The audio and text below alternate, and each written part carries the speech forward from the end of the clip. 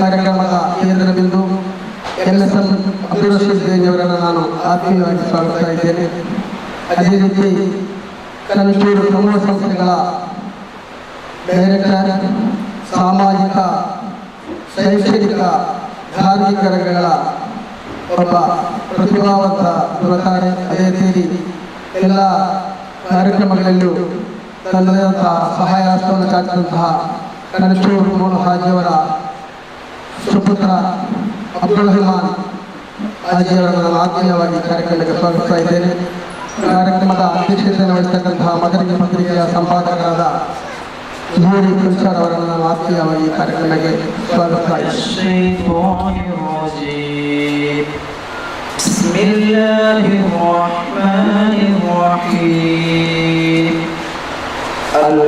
Alhamdulillahi Rabbil Alamin Ar-Rahmanir Rahim Maliki Yawmiddin Iyyaka na'budu wa iyyaka nasta'in Ihdinas siratal mustaqim Siratal ladzina أنعمت عليهم غير المغضوب عليهم ولا الضالين آمين.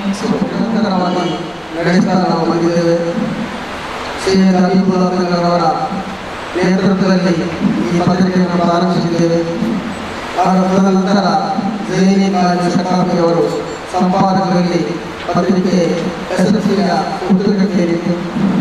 ಜೈನುಸ್ವಾಮಿ ಅವರು ಸದಾ ಹೇಳುವಂತೆ ಯಾರಿಗಾದರೂ ಆಗದವರಿದ್ದರೆ ಅಂತಹ ಒಬ್ಬ ವ್ಯಕ್ತಿಯನ್ನು ಪತ್ರಿಕೆ ನಡೆಸಲಿಕ್ಕೆ ಹೇಳು. ಒಬ್ಬ ಪತ್ರಿಕೆ ನಡೆಸಿ ಅವನು ಹತಾಶನಾದಾಗ ದುಃಖಪಟ್ಟಾಗ ಸಂತಸ ಪಡುವುದು ಅಂತ ಹೇಳ್ತಾ ಇದ್ದೇವೆ. ಅದೇ ರೀತಿ ಪತ್ರಿಕೆಯನ್ನು ನಾವು 11 ವರ್ಷಗಳಿಂದ ಸಾಹಸಮಯವಾಗಿ ನಡೆಸ್ತಾ ಬಂದಿದ್ದೇವೆ. ಕಳೆದ 27 ವರ್ಷಗಳಿಂದ ಪತ್ರಿಕೆಯ ಬೇರೆ ಬೇರೆ ರಂಗದಲ್ಲಿ ಕೈಯಾಡಿಸಿದಂಥ ನನಗೆ ಈ ಪತ್ರಿಕೆಯನ್ನು ನಡೆಸಿ ನಾನು ಖುಷಿಪಟ್ಟರು. ಅದರಲ್ಲಿ ನಾನು ಏನನ್ನು ಗಳಿಸಿದಂಥ ಶೂನ್ಯ ಅವಸ್ಥೆಗೆ ಬಂದಾಗ 30 ವರ್ಷಗಳ ಹಿಂದೆ ನಾನು ಯತೀಂಕಾರದ ಒಂದು ಸ್ಮರಣ ಸಂಚಿಕೆಯನ್ನು ಮಾಡತಕ್ಕಂಥ ಸಂದರ್ಭದಲ್ಲಿ ಆಗ ನನಗೆ 17 ವರ್ಷ ಪ್ರಾಯ. ಈಗ 45 ವರ್ಷ ಆಯಿತು. 17 ವರ್ಷ ಪ್ರಾಯದಲ್ಲಿ ನಾನು ಒಬ್ಬ ಪತ್ರಿಕೆಯ ಒಂದು ಪುಸ್ತಕದ ಸಂಪಾದಕನಾಗುವಂತಹ ಒಂದು ಸೌಭಾಗ್ಯ ನನಗೆ ದೊರಕಿತ್ತು.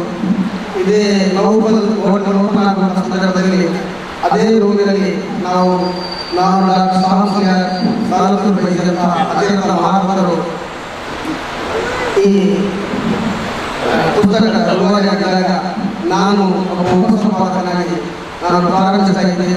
ಆ ಸಂದರ್ಭದಲ್ಲಿ ಬಹುಮಾನ್ಯರಾದಂತಹ ಮರ್ಹೂಮ್ ಮಿಗ್ದಾದಾಜಿ ಅಂದರೆ ನಮ್ಮ ಮನ್ಸೂರ್ ಹಾಜಿ ಅವರ ತಂದೆಯವರು ಈ ಕೇಂದ್ರದ ಬಸವೇಶ್ವರದ ಉಪಾಧ್ಯಕ್ಷರಾಗಿದ್ದರು.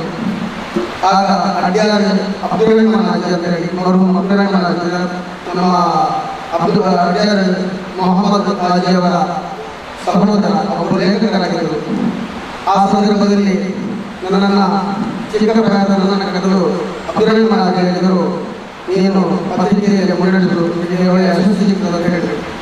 ಅವರ ಆಶೀರ್ವಾದದ ಮತ್ತು ಮಿಗ್ದಾದ್ ಹಾಜಿಯವರು ಆ ಸಂದರ್ಭದಲ್ಲಿ ನನಗೆ ನೀಡಿದಂತಹ ಪ್ರೋತ್ಸಾಹ, ಆ ಸಂದರ್ಭದಲ್ಲಿ ನಾನು ಏನೂ ಇಲ್ಲದಂತಹ ಸಂದರ್ಭದಲ್ಲಿ ಯಾವುದು ನಾನು ಫಸ್ಟ್ PUC ಕಲಿತಾ ಇದ್ದೆ ಆ ಸಂದರ್ಭದಲ್ಲಿ ನಾನು ಪತ್ರಿಕೆ ಬರ್ತಾ ಇದ್ದೆ. ನನಗೆ 70 ರೂಪಾಯಿ ಈಗಲೂ ನೆನಪುಂಟು. ಮಿಗ್ದಾದ್ ನನಗೆ 10 ರೂಪಾಯಿ 10 ನೋಟ್ 7 ನೋಟುಗಳನ್ನು ಕೊಟ್ಟಿದ್ದಾಗ ಆ 70 ರೂಪಾಯಿ ನನ್ನ ಪ್ರಪ್ರಥಮ ನಾನು ಗಳಿಸಿದಂತಹ ನನ್ನ ಉದ್ಯೋಗದಿಂದ ಗಳಿಸಿದಂತಹ ಪ್ರಪ್ರಥಮ ಕಾಣಿಕೆ. ಅಂತಹ ಒಬ್ಬ ವ್ಯಕ್ತಿಯ ಈಗ ಆ ವ್ಯಕ್ತಿಯ ಒಂದು ಸಂಸ್ಥೆಯಲ್ಲಿ ದುಡಿಯತಕ್ಕಂತಹ ಒಂದು ಸೌಭಾಗ್ಯ ನನಗೆ ದೊರಕಿದೆ.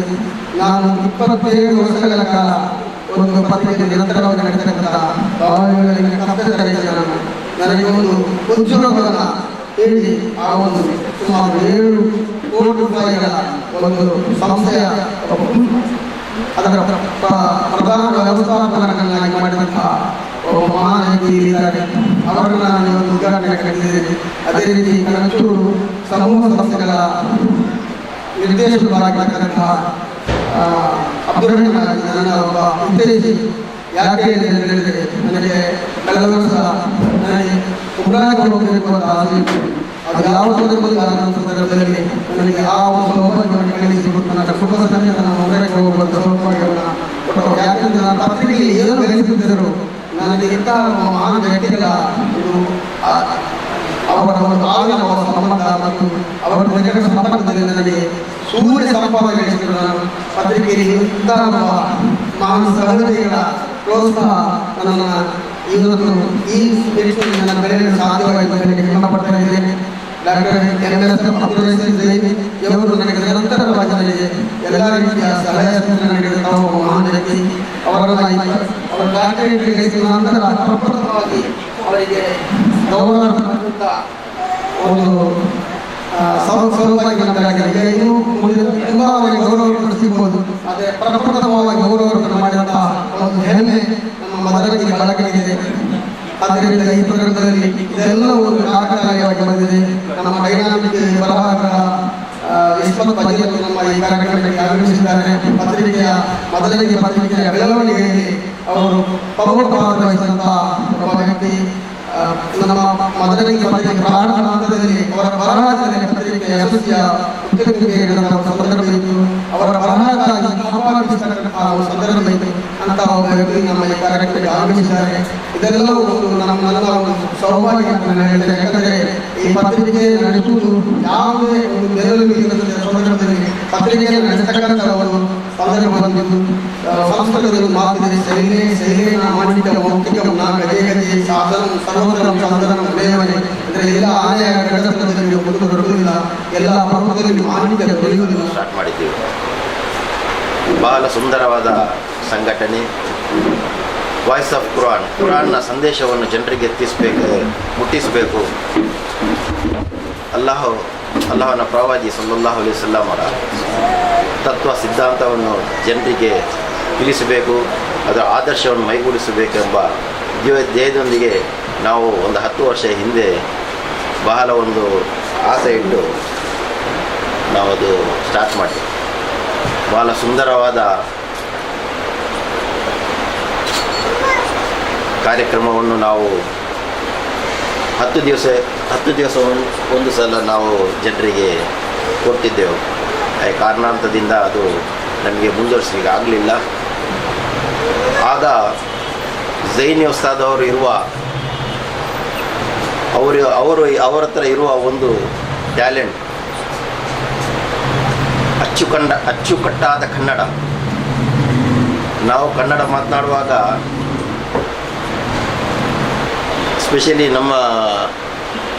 ನಮ್ಮವರು ಮಲಯಾಳಿ ಸೇರಿಸ್ತಾ ಇದ್ರು, ಮಲಯಾಳಂ ಅದರಲ್ಲಿ ಮಿಕ್ಸ್ ಆಗ್ತಿತ್ತು. ಆದರೆ ನಮ್ಮ ಜೈನಿ ಉಸ್ತಾದ್ ಅವರು ಮಾತನಾಡುವಾಗ ಹಳೆ ಕನ್ನಡ ಹೆಂಗಿತ್ತು ಆ ಥರದಲ್ಲಿ ಕನ್ನಡದಲ್ಲಿ ನಮ್ಮ ಕ್ಲಾಸ್ ತೆಗಿತಾ ಇದ್ರು. ಭಾಳ ಸಂತೋಷವಾಗ್ತಿತ್ತು. ಒಂದು ಸಲ ನಾನು LHSಲ್ಲಿ ಇರುವಾಗ ಆ ಕಡೆ ಒಂದು ಸಮಯದಲ್ಲಿ ನಮ್ಮ ಜೈನಿ ಉಸ್ತಾದರಲ್ಲಿ ಸ್ಪೀಚ್ ಮಾಡ್ತಾ ಇರುವಾಗ ಒಬ್ಬರು ನನ್ನ ಕೇಳಿ ಅವ್ರು ಯಾರು, ಅವ್ರು ಏನಂತಾರೆ, ಇಷ್ಟು ಒಳ್ಳೆಯ ಕನ್ನಡ ನಿಮ್ಮ ಇವರು ಮಾತನಾಡ್ತಾರಾ, ಮುಸಲ್ಮಾನರು ಅಷ್ಟು ಒಳ್ಳೆಯ ಕನ್ನಡ ಮಾತನಾಡ್ತಾರಾ, ಅದು ಮಂಗಳೂರಲ್ಲಿ ನನ್ನ ಹತ್ರ ಕೇಳಿದರು. ನಾನು ಹೇಳಿದೆ ಅವರು ಬಹಳ ದೊಡ್ಡ ಪಂಡಿತ ಅವರು. ನಮಗೆ ತುಂಬ ಹೆಮ್ಮೆ ಇದೆ ಅವರ ಬಗ್ಗೆ.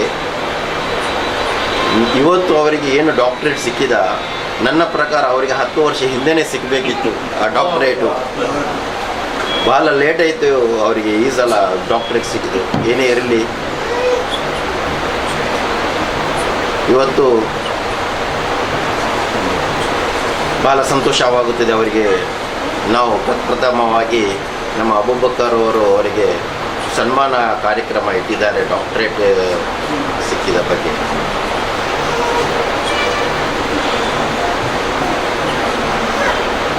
ನೋಡಿ,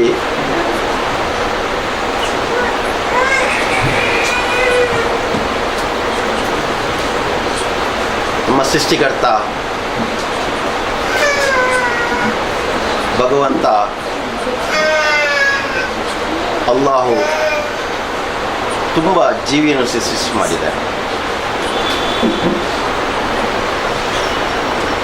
ಮಣ್ಣಲ್ಲಿ ಸೃಷ್ಟಿಸಿದ ಮನುಷ್ಯ ಎಂಬ ಜನಾಂಗವನ್ನು,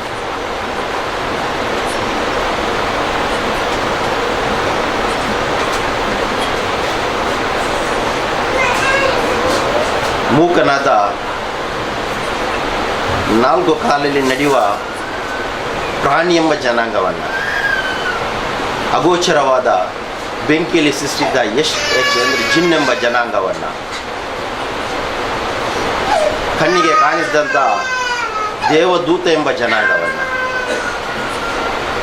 ನೀರಲ್ಲಿ ಈಜಾಡುತ್ತಿರುವ ಮೀನು ಎಂಬ ಜನಾಂಗವನ್ನು, ಆಕಾಶದಲ್ಲಿ ಹಾರಾಡುತ್ತಿರುವ ಪಕ್ಷಿ ಎಂಬ ಜನಾಂಗವನ್ನು, ನೆಲದಲ್ಲಿ ಹರಿದಾಡುತ್ತಿರುವ ಹಾವು, ಹುಲ, ಉಪ್ಪಟೆ ಎಂಬ ಜನಾಂಗವನ್ನು, ನಿಂತಲ್ಲಿ ಹುಟ್ಟಿ ನಿಂತಲ್ಲಿ ಸಾಯುವ ಸಸ್ಯಕೋಟಿ ಜನಾಂಗವನ್ನು ಅಲ್ಲಾಹ್ ಸುಬ್ಹಾನಹು ವ ತಆಲಾ ಸೃಷ್ಟಿ ಮಾಡಿದ್ದಾರೆ. ಇದರಲ್ಲಿ ಆ ಸೃಷ್ಟಿಕರ್ತ ಅಲ್ಲಾಹು ಇಷ್ಟಪಡುವ ಜನಾಂಗ ಎಂದರೆ ಮನುಷ್ಯ ಜನಾಂಗ. ಮನುಷ್ಯ ಜನಾಂಗವನ್ನು ಅಲ್ಲಾಹು ಬಹಳ ಇಷ್ಟಪಡ್ತಾನೆ. ಆದರೆ ದುಃಖದ ವಿಚಾರ, ನಮ್ಮಲ್ಲಿ ಸಹೋದರತೆಯ, ಪ್ರೀತಿಯ, ಕರುಣೆಯ ಇಲ್ಲವಾಗಿದೆ. ಭಗವಂತ ಸೃಷ್ಟಿಕರ್ತ ಮನುಷ್ಯರನ್ನು ಅಷ್ಟು ಪ್ರೀತಿಸುತ್ತಾನೆಂದರೆ ನಮ್ಮಲ್ಲಿ ಯಾಕೆ ಆ ಸಹೋದರತೆ ಮಾಯವಾಗಿದೆ? ಇದರಿಂದ ನಮಗೆ ಈಗದ ಕಾಲದಲ್ಲಿ ಬಹಳ ದುಃಖ. ನಾವು ಒಬ್ಬರೊಬ್ಬರನ್ನು ಎಲ್ಲಿ ತನಕ ಪ್ರೀತಿಸ್ತಿಲ್ಲೋ ಇಲ್ಲವೋ ಅಲ್ಲಿಯ ತನಕ ನಾವು ವ್ಯಕ್ತಿಗಳಾಗಿ ಸಾಧ್ಯವಿಲ್ಲ. ಅದಕ್ಕೆ ಅಲ್ಲಾಹ್ ಪ್ರವಾದಿ ಸಲ್ಲಲ್ಲಾಹು ಅಲೈಹಿ ವಸಲ್ಲಂ ಅವರು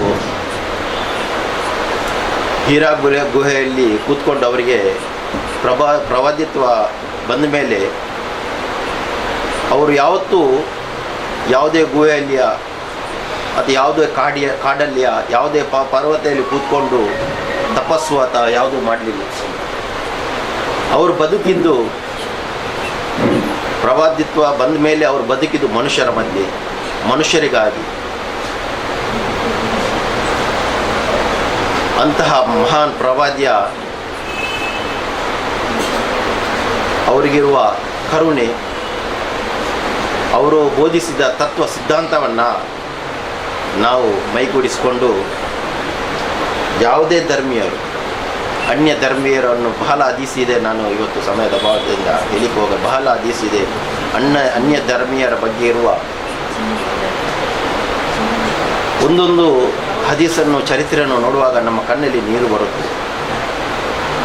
ಈಗ ತಾನೇ ನಾನು ನಮ್ಮ ಅಬ್ದುಲ್ ರಹಮಾನ್ ಅವರು ಕೂತ್ಕೊಂಡು ಚರ್ಚಿಸಿದ್ದೆವು.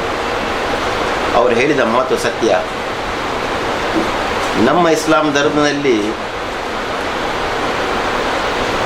ಅತಿ ಹೆಚ್ಚು ಬೋಧನೆ ಮಾಡುವವರು ನಮ್ಮ ಇಸ್ಲಾಂ.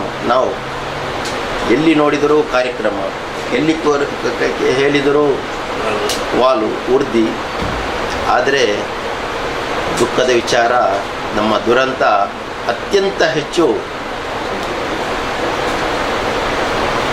ಕೆಟ್ಟಾಗಿ ಹೆಸರು ಕೇಳೋದು ನಮ್ಮ ಲೂಟಿ, ದರೋಡೆ, ಕಳ್ಳತನ, ಡ್ರಗ್ ಮಾಫಿಯಾ,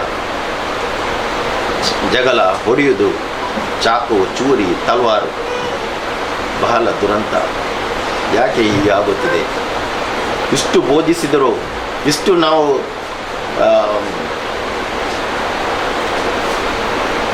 ಉರ್ದಿಯನ್ನು ಹೇಳಿದರೂ ನಾವು ಯಾಕೆ ಹೀಗೆ ಆಗುತ್ತೆ ಇಲ್ಲ, ಬಹಳ ಆಲೋಚನೆ ಮಾಡುವ ವಿಚಾರ.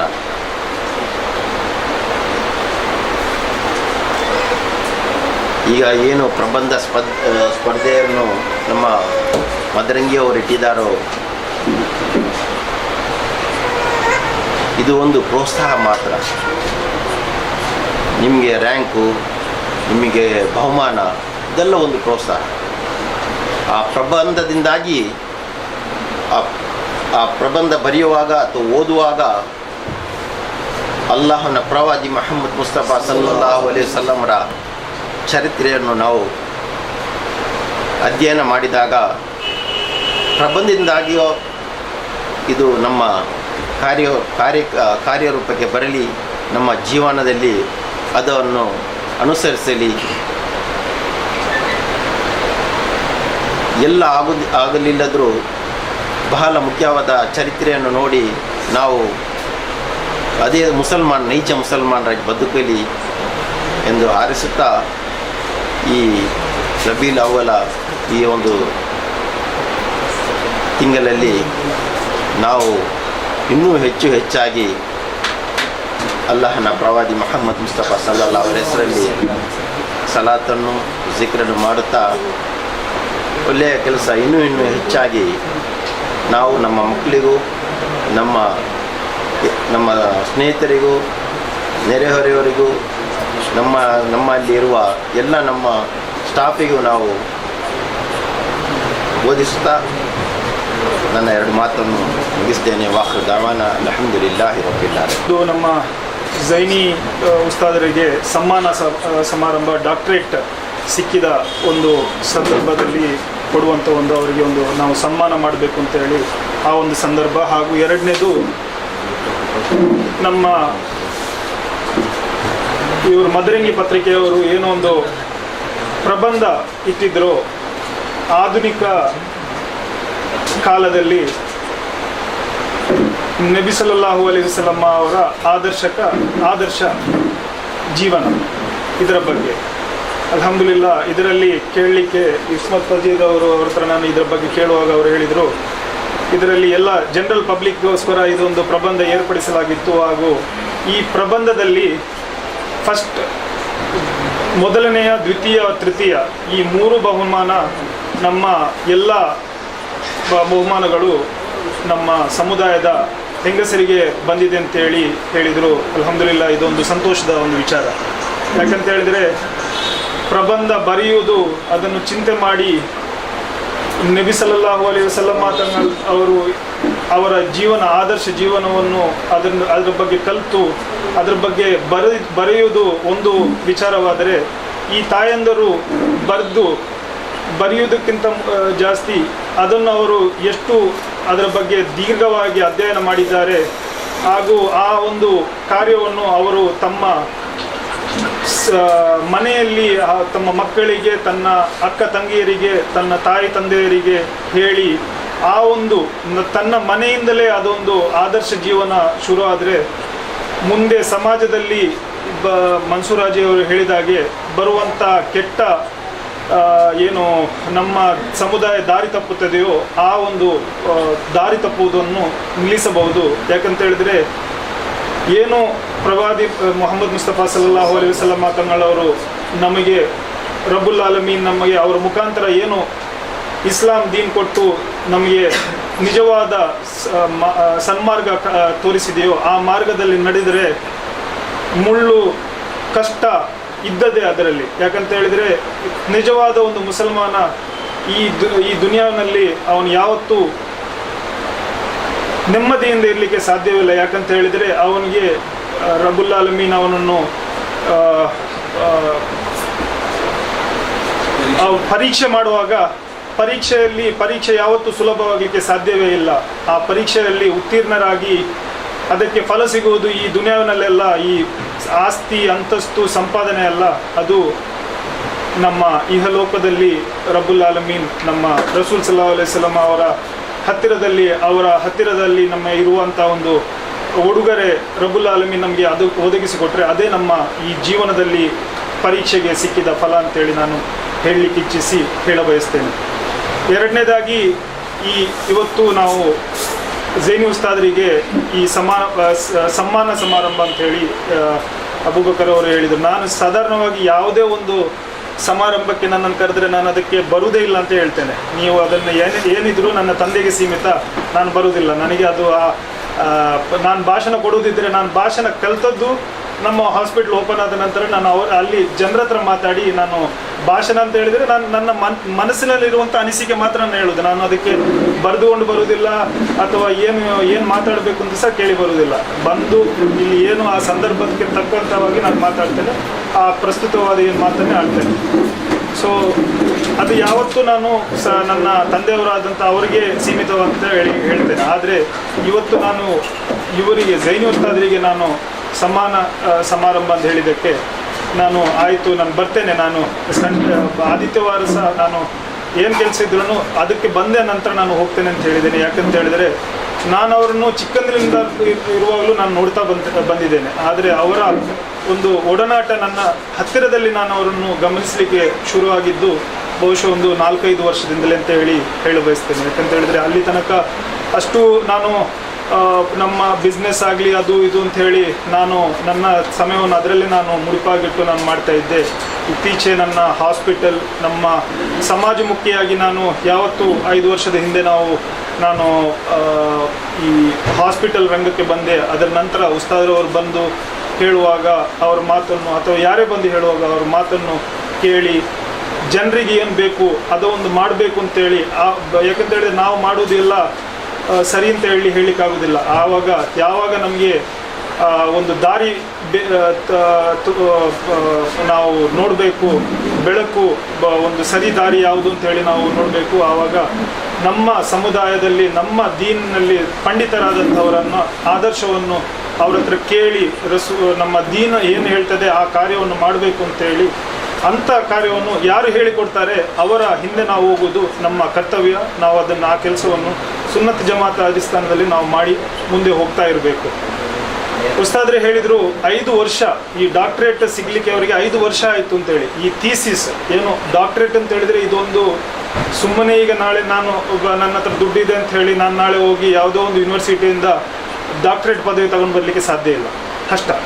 ಅದು ಸಿಗ್ತದೆ ಅಂಥವರಿಗೂ, ಅಂಥದ್ದೇ ಯೂನಿವರ್ಸಿಟಿನೂ ಇದೆ, ದುಡ್ಡು ಕೊಟ್ಟು ಡಾಕ್ಟ್ರೇಟ್ ತೆಗೆಯುವಂತನೂ ಯೂನಿವರ್ಸಿಟಿ ಬೇಕಾದಷ್ಟಿದೆ. ಇವತ್ತು ಡಿಗ್ರಿ ಸಿಗುವಾಗ ಡಾಕ್ಟ್ರೇಟ್ ಸಿಗೋದೇನು ಸುಲಭ ಏನಲ್ಲ, ಎಲ್ಲ ಸಿಗ್ತದೆ ದುನಿಯಾದಲ್ಲಿ, ದುಡ್ಡು ಕೊಟ್ಟರೆ ಎಲ್ಲವೂ ಸಿಗ್ತದೆ. ಆದರೆ 5 ವರ್ಷ ಅದಕ್ಕೆ ಆ ಥೀಸಿಸ್ ಏನು ಮಾಡಿದ್ದಾರೆ, ಥೀಸಿಸ್ ಅದರ ಬಗ್ಗೆ ಅಧ್ಯಯನ ಅಂತ ಹೇಳಬೇಕು. ಆ ಅಧ್ಯಯನ ಮಾಡಿ ಜೀವನ ಥೀಸಿಸ್ ಏನದು ಸರಿ, ಮನುಷ್ಯ ಮತ್ತು ಆಧ್ಯಾತ್ಮಿಕತೆ, ಮನಸ್ಸು ಮತ್ತು ಆಧ್ಯಾತ್ಮಿಕತೆ ಅಂತ ಹೇಳಿ ಆ ಒಂದು ಸಬ್ಜೆಕ್ಟಲ್ಲಿ ಥೀಸಿಸ್ ಮಾಡಿ ಅಲ್ಹಮ್ದುಲಿಲ್ಲಾ 5 ವರ್ಷದ ಪರಿಶ್ರಮದಿಂದ ಅವರು ಈ ಡಾಕ್ಟರೇಟ್ ಅವರಿಗೆ ಸಿಕ್ಕಿದೆ.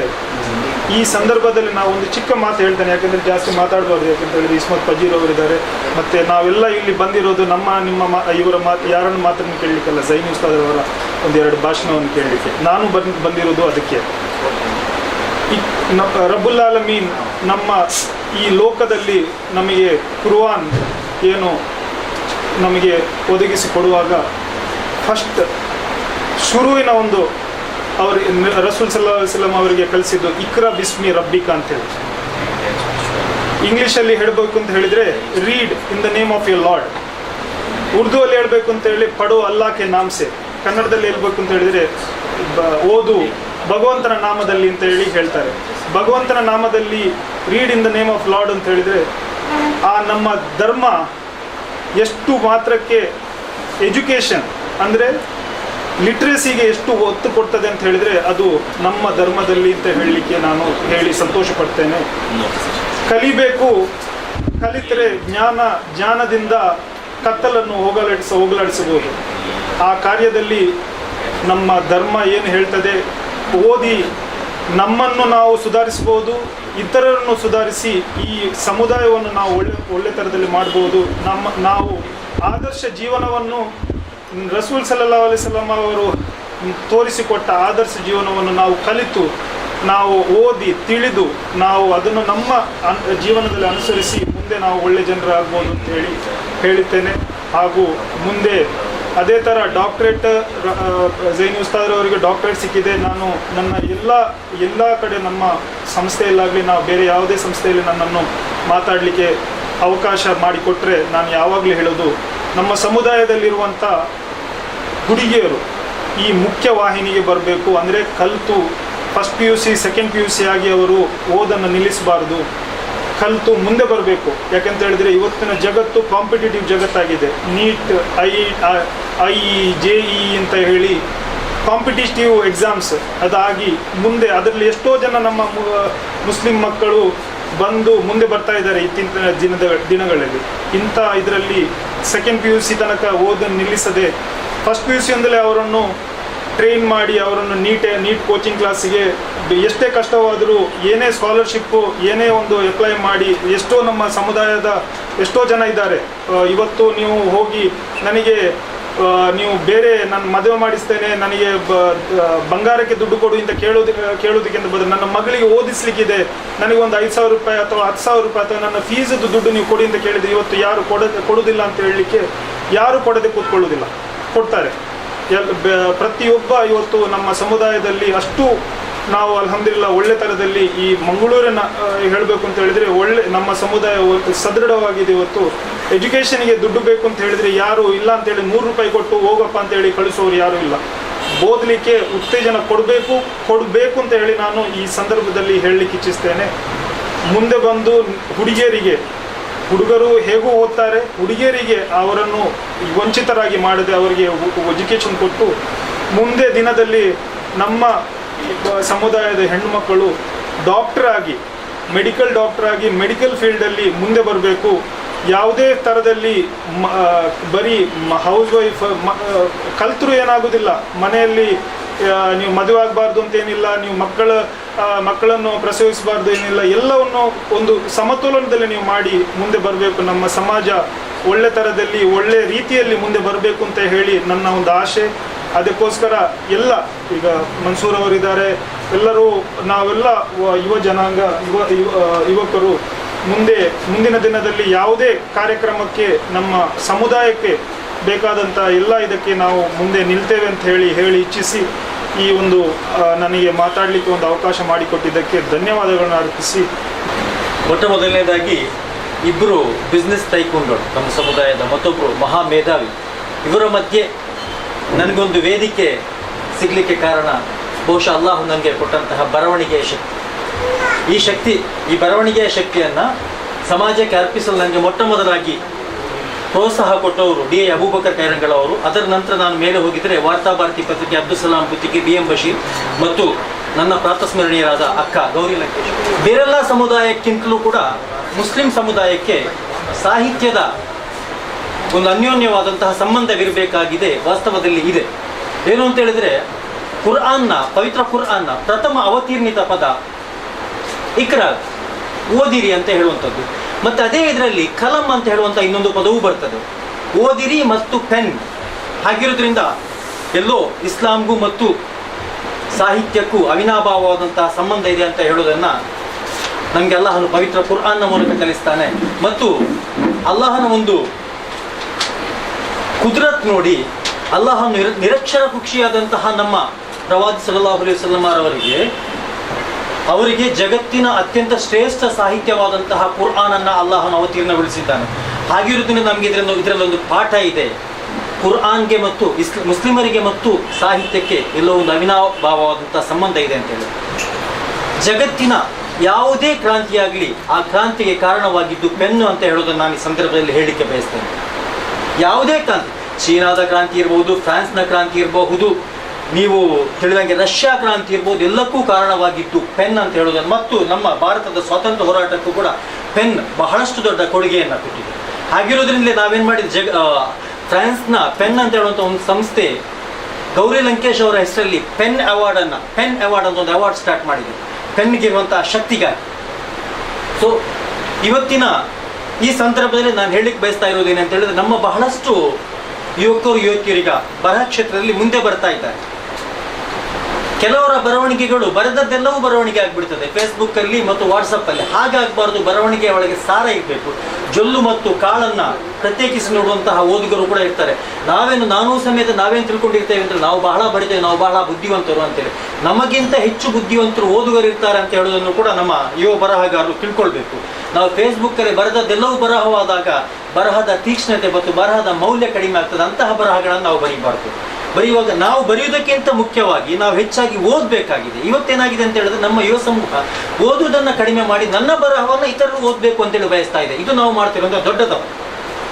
ನಾನು ಇವತ್ತು ನನ್ನ ಪತ್ನಿ ಇದ್ದಾಳೆ, ನಾನು ದಿನಕ್ಕೆ ಮನೆಗೆ ಬಂದು ಬಿಟ್ಟು ನನ್ನ ಕೆಲಸ ಎಲ್ಲ ನಮಾಜಲ್ಲಾಗಿ ಆಗುವಾಗ 10:30 ಗಂಟೆ ಆಗ್ತದೆ. 10:30 ಗಂಟೆಯಿಂದ ರಾತ್ರಿ 1 ಗಂಟೆ ತನಕ ನಿರಂತರವಾಗಿ ಓದ್ತೇನೆ. ನಾನು ನಿಜ ಹೇಳೋದು, ನಾನು ತುಂಬ ಬರಿತೇನೆ, ತುಂಬ ಜನ ಹೇಳ್ತಾರೆ, ಬಟ್ ನಾನು ಬರೆಯುವುದಕ್ಕಿಂತ ಹೆಚ್ಚು ಓದ್ತೇನೆ. ನಾವು ಓದಬೇಕು, ನಾವು ಓದಿದ್ರೆ ಮಾತ್ರ ನಾವು ಹೆಚ್ಚು ಬರೀಲಿಕ್ಕೆ ಸಾಧ್ಯ. ಇಲ್ಲ ನಾವು ಬರಿತಾ ಇರ್ಬೋದು, ಆ ಬರಹಕ್ಕೆ ಮೌಲ್ಯ ಬರೋದಿಲ್ಲ. ನಾನೇನು ಮಹಾ ಬರಹಗಾರ ಅಂತೇಳಿ ಹೇಳ್ತಾ ಇಲ್ಲ, ಆದರೆ ಯುವ ಸಮೂಹಕ್ಕೆ ನಾನು ಬರವಣಿಗೆಯಲ್ಲಿ ತೊಡಗಿಸಿಕೊಳ್ಳಿಕ್ಕೆ ಬಯಸುವವರು ನಾನು ಹೇಳ್ತಾ ಇರೋದು, ನೀವು ಹೆಚ್ಚು ಓದಬೇಕು ಅಂತೇಳಿ. ಸಾಹಿತ್ಯವನ್ನು ಓದಬೇಕು, ಓದೋದ್ರಿಂದ ಮಾತ್ರ ನೀವು ಒಳ್ಳೆಯ ಬರಹಗಾರ ಆಗಲಿಕ್ಕೆ ಸಾಧ್ಯ. ಇನ್ನೊಂದು ವಿಚಾರ ಹೇಳ್ತೇನೆ ಅಂತ ಹೇಳಿದ್ರೆ, ನಾವು ಸಾಮಾನ್ಯವಾಗಿ ವಚನ ಸಾಹಿತ್ಯವನ್ನು ನೋಡ್ತೇವೆ.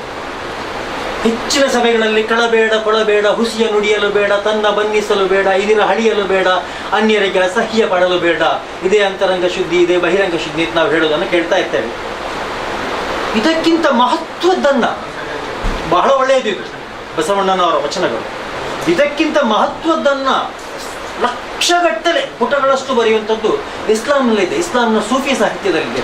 ನಾವು ಇದನ್ನು ಅಭ್ಯಸಿಸಿದ್ರೆ ನಾವು ಜಗತ್ತಿಗೆ, ಸಾಹಿತ್ಯ ಜಗತ್ತಿಗೆ ಅತ್ಯಂತ ಮಹತ್ತರವಾದಂತಹ ಕೊಡುಗೆಗಳನ್ನು ಕೊಡಲಿಕ್ಕೆ ಸಾಧ್ಯ ಇದೆ. ಸೂಫಿ ಸಾಹಿತ್ಯವನ್ನು ನಾವು ಅಭ್ಯಸಿಸಬೇಕಾಗಿದೆ. ನಮ್ಮಲ್ಲಿ ಇವತ್ತೇನಾಗ್ತಾ ಇದೆ ಅಂದರೆ, ನಮ್ಮ ಧಾರ್ಮಿಕ ಪತ್ರಿಕೆಗಳು, ಉಸ್ತಾದ್ ಅವರಿದ್ದಾರೆ, ಅವರು ಮುಂದೆ ನಾನು ಹೇಳಿದೆ, ನಮ್ಮ ಧಾರ್ಮಿಕ ಪತ್ರಿಕೆಗಳು ಮಾಡುವಂಥ ಒಂದು ದೊಡ್ಡ ತಪ್ಪು ಏನಂತೇಳಿ, ನಾವು ನಮ್ಮ ಸುನ್ನಿ ಪತ್ರಿಕೆಗಳು ಬಹಳ ಮುಖ್ಯವಾಗಿ ಔಲಿಯಾಗಳ ಕರಾಮತ್ತುಗಳನ್ನು ವಿಜೃಂಭಿಸಿ ವೈಭವೀಕರಿಸಿ ತೋರಿಸುವುದು. ಅವರು ನಮಗೆ ಬದುಕಿನಲ್ಲಿ ಏನು ಕಲಿಸಿದ್ದಾರೆ ಅದನ್ನು ನಾವು ಬೋಧಿಸ್ಲಿಕ್ಕೆ ಹೋಗ್ತೇವೆ. ನಮ್ಮ ಪತ್ರಿಕೆಗಳು, ನಮ್ಮ ಲೇಖನಗಳು, ಇದರಿಂದ ನಾವು ಏನಾಗ್ತದೆ, ನಾವು ಪ್ರಗತಿಪರರಿಗೆ ಮತ್ತು ಅನ್ಯ ಮತಸ್ಥರಿಗೆ ನಮ್ಮ ಬರಹಗಳು ರೀಚ್ ಆಗಲಿಕ್ಕೆ ಸಾಧ್ಯ ಆಗ್ತಾ ಇಲ್ಲ. ಕರಾಮತ್ಗಳು ಖಂಡಿತವಾಗಿಯೂ ನಾವು ಕರಾಮತ್ಗಳನ್ನೇ ವೈಭವೀಕರಿಸುವುದಕ್ಕಿಂತ ಅವರು ನಮಗೆ ಬದುಕಿನಲ್ಲಿ ಬೋಧಿಸಿದಂತಹ ತತ್ವಗಳೇನು, ಬೋಧನೆಗಳೇನು, ಪಾಠಗಳೇನು, ಅದನ್ನು ನಾವು ಬೋಧಿಸುವಂಥ ಕೆಲಸವನ್ನು ಮಾಡಬೇಕಾಗಿದೆ. ಅದನ್ನು ನಮ್ಮ ಧಾರ್ಮಿಕ ಪತ್ರಿಕೆಗಳು, ಜುಹುರಿ ಉಸ್ತಾದ್ ಅವರಿಗೂ ನಾನು ಹೇಳಿಕ್ಕೆ ಬಯಸ್ತೇನೆ, ಧಾರ್ಮಿಕ ಪತ್ರಿಕೆಗಳು ಅದನ್ನು ನಾವು ಬೋಧಿಸುವಂಥ ಕೆಲಸವನ್ನು ಮಾಡಬೇಕಾಗಿದೆ. ನಾನು ನನ್ನ ಪತ್ನಿಯಲ್ಲಿ ಹೇಳಿದ್ದೆ, ಮತ್ತು ಉಸ್ತಾದಲ್ಲೂ ಕೂಡ ಮಾತಾಡಿದೆ, ನಾನು ಏನು ಮಾಡ್ತೇವೆ ಅಂತ, ನಾವು ನಿಮ್ಮ ಪತ್ರಿಕೆಗೆ ಮಹಿಳಾ ಅಂಕನ ಸ್ಟಾರ್ಟ್ ಮಾಡಿ ಕೊಡ್ತೇವೆ, ಆದರೆ ನಾವು ಕರಾಮತ್ಗಳನ್ನು ವೈಭವೀಕರಿಸುವುದಿಲ್ಲ. ಕರಾಮತ್ಗಳ ಬಗ್ಗೆ ನನಗೆ ನಿಜವಾಗಿ ವಿಶ್ವಾಸ ಇದೆ. ಅದನ್ನು ವೈಭವೀಕರಿಸಿ ನಾವು ನಾನ್ ಮುಸ್ಲಿಮ್ಸ್ಗೆ ನಾವು ರೀಚ್ ಆಗ್ಲಿಕ್ಕೆ ಆಗೋದಿಲ್ಲ. ನಾವೇ ಬರೀತೇವೆ, ನಾವೇ ನಮ್ಮೊಳಗೆ ಓದಿ ಮುಗಿಸ್ತೇವೆ. ಇಲ್ಲ, ನಮ್ಮ ಸಮುದಾಯದಲ್ಲಿ ಬಹಳಷ್ಟು ಸಾಧಕರಿದ್ದಾರೆ, ಪ್ರವಾದಿ ಪತ್ನಿಯರಿದ್ದಾರೆ, ಸಹಾಬಗಳ ಪತ್ನಿಯರಿದ್ದಾರೆ, ಸಹಾಬಾ ಮಹಿಳೆಯರಿದ್ದಾರೆ. ಅವರ ರೋಮಾಂಚಕವಾದಂತಹ ಬೋಧನೆಗಳಿವೆ, ಚರಿತ್ರೆಗಳಿವೆ. ಇವುಗಳನ್ನು ನಾವು ಪ್ರಸ್ತುತ ಕಾಲಕ್ಕೆ ಸಂಬಂಧಿಸಿದಂತೆ ಹೇಗೆ ಅವುಗಳನ್ನು ಬಳಸಬಹುದು ಅಂತ ಹೇಳೋದನ್ನು ನಾವು ಬರವಣಿಗೆ ಮೂಲಕ ತೋರಿಸಬೇಕಾಗಿದೆ. ಒಂದೇ ಒಂದು ಘಟನೆಯನ್ನು ಹೇಳಿ ನನ್ನ ಮಾತನ್ನು ನಾನು ಮುಗಿಸ್ತೇನೆ. ಒಂದೇ ಒಂದು ಘಟನೆ. ಕಳವು ಪಾರ ಎಲ್ಲ ಎನ್ನುಮ್ಮ ಚೆನ್ನೋವರ್, ಕಳ್ಳಾಂದೆ ಕೈಯಲ್ಲಿ ಕೊನ್ನು ಕೊಡುತ್ತೋವರ್. ಇಲ್ಲಿ ಬಹಳ ದೊಡ್ಡ ಪಾಠ ಇದೆ ನಮಗೆ. ನಾವು ಬುದ್ಧ ಮತ್ತು ಅಂಗುಲಿಮಾಲನ ಕಥೆಯನ್ನು ಓದ್ಕೊಂಡು ಬಹಳ ಖುಷಿ ಪಡ್ತೇವೆ. ಎಂತ ಅದ್ಭುತ ಕಥೆ. 199 ಮಂದಿಯನ್ನ ಕೊಲೆ ಮಾಡಿದಂಥ ಮಾಲ ಅಂತ ಹೇಳಿ, ಅವನ ಬೆರಳನ್ನ ಕೊಲೆ ಮಾಡಿದವರ ಬೆರಳುಗಳನ್ನ ಕತ್ತರಿಸಿ ಕೊರಳಿಗೆ ಹಾರವಾಗಿ ಹಾಕಿದಂಥ ಅಂಗುಲಿಮಾಲ ಬುದ್ಧನಿಂದ ಮನಪರಿವರ್ತನೆಯಾಗ್ತಾನೆ ಅಂತ ಹೇಳಿ, ಇದನ್ನು ನಾವು ಬಹಳ ಕಡೆ ಓದ್ತೇವೆ, ಎಲ್ಲ ಕಡೆ ಓದ್ತೇವೆ. ಆದರೆ ನಮ್ಮ ಮೊಹಿದ್ದೀನ್ ಶೇಖ್ರವರ ಬದುಕಿನ, ಬಾಲಕ ಮೊಹಿದ್ದೀನ್ ಶೇಖ್ರವರ ಬದುಕಿನ ಈ ಅದ್ಭುತವಾದಂತಹ ಘಟನೆಯನ್ನು ನಾವೆಲ್ಲೂ ಹೇಳಲಿಕ್ಕೆ ಹೋಗುವುದಿಲ್ಲ. ಇದನ್ನು ನಾವು ವಚನ ಸಾಹಿತ್ಯದಲ್ಲಿ ಬರುವ ಹಾಗೆ ಸೂಫಿ ಸಾಹಿತ್ಯದಲ್ಲೂ ತರಲಿಕ್ಕೆ ಸಾಧ್ಯ ಇದೆ. ನನ್ನದೇ ಒಂದು ಕಲ್ಪನೆ ನಾನು ಹೇಳಲಿಕ್ಕೆ ಬಯಸ್ತೇನೆ. ಅದನ್ನ ಅವ್ವ ಹೇಳವಳೆ ಹುಸಿಯ ನಾಡಬೇಡ, ಅವ್ವ ಹೇಳವಳೆ ಹುಸಿಯ ನಾಡಬೇಡ, ಕಳ್ಳಾನ ಕೈನಾಗ ಹೊಣ್ಣು ಕೊಟ್ಟವಳೆ ಅಂತೇಳಿ. ಇದನ್ನು ವಚನ ಸಾಹಿತ್ಯದ ರೂಪದಲ್ಲಿ ತರಲಿಕ್ಕೆ ಸಾಧ್ಯ ಇದೆ. ಉಮರ್ ರಲಿಯಲ್ಲಾಹು ಅನ್ಹು ಅವರ ರೋಮಾಂಚನವಾಗುವಂತಹ ಹಲವಾರು ಬದುಕಿನ ಹಲವಾರು ಘಟನೆಗಳಿವೆ. ಪ್ರಜಾಪ್ರಭುತ್ವದ ಬಗ್ಗೆ ನಾವು ಮಾತಾಡುವಾಗ ಕಮ್ಯುನಿಸ್ಟ್ ಕ್ರಾಂತಿಕಾರಿಗಳ ಬಗ್ಗೆ, ಲೋಹಿಯಾರ ಬಗ್ಗೆ ಮಾತಾಡ್ತೇವೆ. ಈ ಜಗತ್ತಿನಲ್ಲಿ ಅತ್ಯಂತ ದೊಡ್ಡ ಪ್ರಜಾಪ್ರಭುತ್ವವಾದಿ ಪ್ರವಾದಿ ಮುಹಮ್ಮದ್ ಸಲ್ಲಲ್ಲಾಹು ಅಲೈಹಿ ವಸಲ್ಲಂ ಪ್ರಜಾಪ್ರಭುತ್ವವನ್ನ ತನ್ನ ಬದುಕಿನಲ್ಲಿ ಅನುಷ್ಠಾನಕ್ಕೆ ತಂದಂತಹ ಉಮರ್ ರಲಿಯಲ್ಲಾಹು ಅನ್ಹು ಅವರಷ್ಟು ದೊಡ್ಡ ಪ್ರಜಾಪ್ರಭುತ್ವವಾದಿ ಜಗತ್ತಿನಲ್ಲಿ ಸಿಗ್ಲಿಕ್ಕೆ ಸಾಧ್ಯ ಇಲ್ಲ. ನಿಮಗೆಲ್ಲ ಒಂದು ಘಟನೆ ಗೊತ್ತಿರಬಹುದು. ಉಮರ್ ರಲಿಯಲ್ಲಾಹು ಅನ್ಹು ಅವರು ಒಮ್ಮೆ ಖುತ್ಬಾಕ್ಕೆ ಹತ್ತಿದಾಗ, ಮಿಂಬರ್ ಮೇಲೆ ಎದ್ದು ನಿಂತಾಗ ಒಬ್ರು ಅವ್ರು ಹೇಳ್ತಾರೆ, ಆಲಿಸಿರಿ ಪಾಲಿಸಿರಿ ಅಂತ ಹೇಳುವಾಗ ಸಭೆಯ ಮಧ್ಯದಿಂದ ಒಬ್ಬ ಸಹಾಬಿ ಎದ್ದು ನಿಂತು, ನಾವು ನಿಮ್ಮನ್ನು ಆಲಿಸುವುದಿಲ್ಲ ಪಾಲಿಸುವುದಿಲ್ಲ ಅಂತೇಳಿ ಹೇಳ್ತಾರೆ. ಪಾಲಿಸುವುದಿಲ್ಲ ಅಂತೇಳಿ ಇಡೀ ಸಭೆ ನಿಶ್ಶಬ್ದವಾಗ್ತದೆ. ಉಮರ್ ರಲಿಯಲ್ಲಾಹು ಅನ್ಹು ಅವರಿಗೆ ಎದುರು ಮಾತಾಡುವ ಧೈರ್ಯವೇ ಈತನಿಗೆ ಅಂತೇಳಿ ಎಲ್ಲರೂ ಕ್ರೋಧರಾಗ್ತಾರೆ. ಉಮರ್ ರಲಿಯಲ್ಲಾಹು ಅನ್ಹು ಸುಮ್ಮನಿರಿ, ಶಾಂತರಾಗಿರಿ ಅಂತ ಹೇಳ್ತಾರೆ. ಸಹೋದರ, ಹೇಳಿ ನಿಮ್ಮ ಸಮಸ್ಯೆ ಏನು ಅಂತೇಳಿ. ಹಾಗೆ ಹೇಳ್ತಾರೆ, ಸಮರಾರ್ಜಿತ ಸೊತ್ತಿನಲ್ಲಿ ಯಮನಿ ಬಟ್ಟೆಗಳಲ್ಲ ಸರ್, ಬಹುಶಃ ಬಟ್ಟೆಗಳು ಸಿಕ್ಕಿರ್ತವೆ. ಆ ಬಟ್ಟೆಗಳನ್ನು ನಮಗೆಲ್ಲರಿಗೂ ಹಂಚಲಾಗಿತ್ತು. ಅದು ನಮಗೆ ಯಾರಿಗೂ ಕೂಡ ಇಡೀ ಒಂದು ಕಮೀಸ್ ಧರಿಸುವಷ್ಟು ಬಟ್ಟೆ ಸಿಕ್ಕಿರಲಿಲ್ಲ. ತಾವು ಹೇಗೆ ಈ ಕಮೀಸನ್ನು ಧರಿಸಿದ್ರಿ, ಇಡೀ ಕಮೀಸ್ ಧರಿಸಿದ್ರಿ ಅಂತೇಳಿ ಉಮರ್ ರಲಿಯಲ್ಲಾಹು ಅನ್ಹುರವರು ಅಲ್ಲಿಂದಲೇ ತನ್ನ ಪುತ್ರ ಅಬ್ದುಲ್ಲಾಹ್ ಬಿನ್ ಉಮರ್ ರಲಿಯಲ್ಲಾಹು ಅನ್ಹುರವರ ಮುಖ ನೋಡ್ತಾರೆ. ಹಾಗೆ ಹೇಳ್ತಾರೆ, ನಾನು ಹೇಳ್ತೇನೆ ಅಂತೇಳಿ. ಅಬ್ದುಲ್ಲಾಹ್ ಬಿನ್ ಉಮರ್ ರಲಿಯಲ್ಲಾಹು ಅವ್ರು ಹೇಳ್ತಾರೆ, ಸಹೋದರ, ನನ್ನ ತಂದೆ ಇಷ್ಟು ದೊಡ್ಡ ಸಾಮ್ರಾಜ್ಯದ ಖಲೀಫಾ, ಆದರೆ ಅವರಿಗೆ ಉಡ್ಲಿಕ್ಕೆ ಒಂದು ಸರಿಯಾದ ವಸ್ತ್ರ ಇರಲಿಲ್ಲ. 100 ಪಟ್ಟಿಗಳನ್ನು ಸುತ್ತಿ ಕಟ್ಟಿದಂಥ ಒಂದು ಬಟ್ಟೆಯನ್ನು ಉಡ್ತಾ ಇದ್ರು. ನನಗೆ ಬಹಳ ಬೇಸರ ಆಗಿತ್ತು. ನನಗೆ ಸಿಕ್ಕಿದ, ನಾನು ಒಬ್ಬ ಈ ಸೈನ್ಯದಲ್ಲಿದ್ದವ, ನನಗೆ ಸಿಕ್ಕಿದ ಬಟ್ಟೆಯನ್ನು ಅವರಿಗೆ ಕೊಟ್ಟು 2 ಬಟ್ಟೆಯನ್ನು ಸೇರಿಸಿ ಅವರೊಂದು ಕಮ್ಮಿ ಸುರಿಸಿದ್ದಾರೆ ಅಂತೇಳಿ ಹೇಳ್ತಾರೆ. ಆವಾಗ ಸಭೆ ಎದ್ದು ನಿಂತು ಹೇಳ್ತದೆ, ನಾವು ಪಾಲಿಸುತ್ತೇವೆ ಅಂತೇಳಿ. ಇದರಲ್ಲಿ ನಮಗೆ ಪ್ರಜಾಪ್ರಭುತ್ವದ ಬಹಳ ದೊಡ್ಡ ಮಾದರಿ ಇದೆ. ಇವುಗಳನ್ನು ನಮ್ಮ ಯುವ ಬರಹಗಾರರು ಸಮಾಜಕ್ಕೆ ತೋರಿಸುವಂತಹ ಕೆಲಸವನ್ನು ಮಾಡಬೇಕಾಗಿದೆ. ಮತ್ತು ನಮ್ಮ ಮಹಿಳೆಯರಲ್ಲಿ ಎಷ್ಟು ಜನ ಎಜುಕೇಟೆಡ್ ಅಥವಾ ಹೈಲಿ ಕ್ವಾಲಿಫೈಡ್ಸ್ ಇದ್ದಾರೆ ಅಂತ ನನಗೆ ಗೊತ್ತಿಲ್ಲ.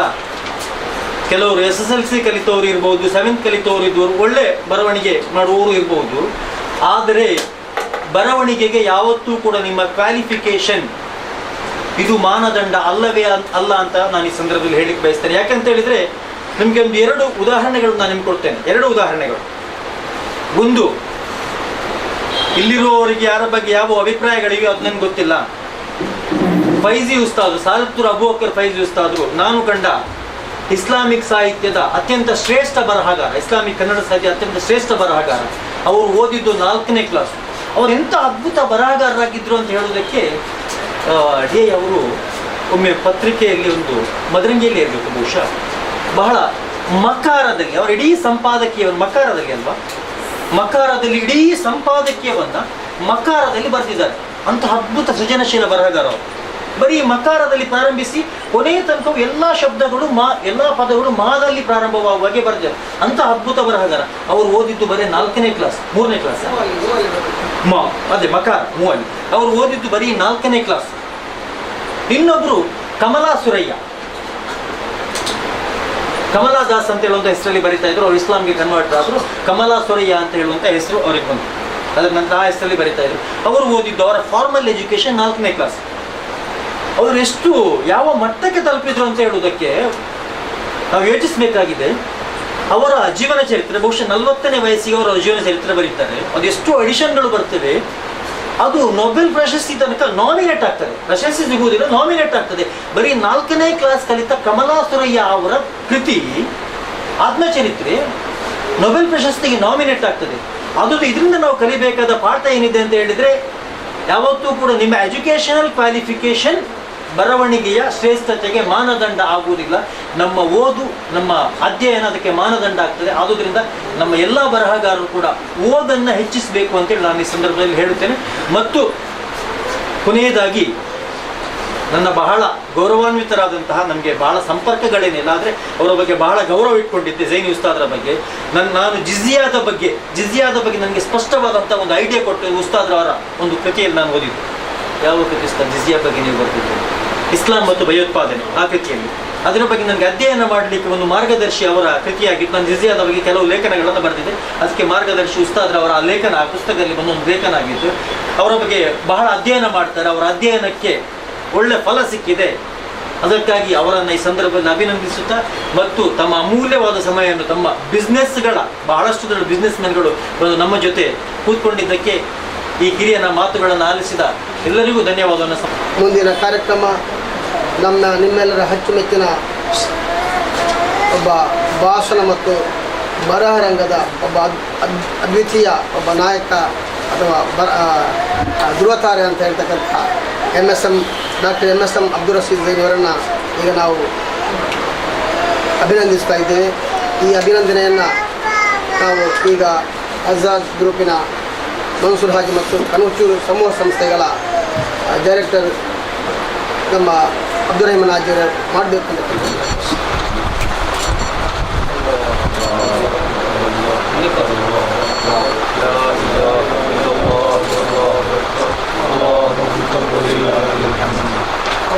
ಅಭಿನಂದನಾ ಪತ್ರವನ್ನು 8 ವರ್ಷಗಳಿಂದ ತಲುಪ ಮಾಡಿದ ಬಿಲಾಲ್ ಜುಮಾ ಮಸೀದಿ ಖತೀಬರಾಗಿ ಸೇವೆಗೆ ನಿಂತಿದ್ದಾರೆ. ಇವರ ಅನನ್ಯ ಸಾಧನೆ ಹಾಗೂ ನಾಗರಿಕ ಸಮಾಜಕ್ಕೆ ನೀಡಿದ ಕೊಡುಗೆಗಳನ್ನು ಪರಿಗಣಿಸಿ ಸಾಮಾಜಿಕ ಪತ್ರಿಕೆಯಾದ ಮದರಂಗಿ ಕನ್ನಡ ಮಾಸ ಪತ್ರಿಕೆ ಗೌರವಾರ್ಪಣೆ ಮಾಡಿ ಅಭಿನಂದಿಸುತ್ತಿದೆ.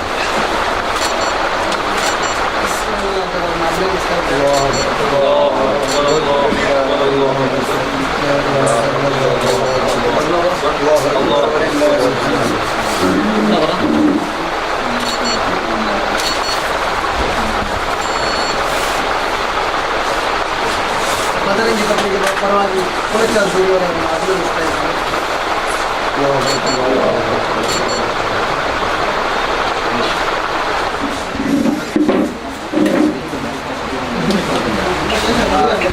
ಪತ್ರಿಕೆಯು ಈದ್ ಮಿಲಾದ್ ಪ್ರಯುಕ್ತ ಸಾರ್ವಜನಿಕರಿಗೆ ಏರ್ಪಡಿಸಿದಂತಹ ಆಧುನಿಕ ಜಗತ್ತಿಗೆ ಪ್ರವಾದಿ ಸಂದೇಶದ ಪ್ರಸ್ತುತತೆ ಈ ವಿಷಯದಲ್ಲಿ ಪ್ರಥಮ, ದ್ವಿತೀಯ, ತೃತೀಯ ಪಡೆದಂತಹ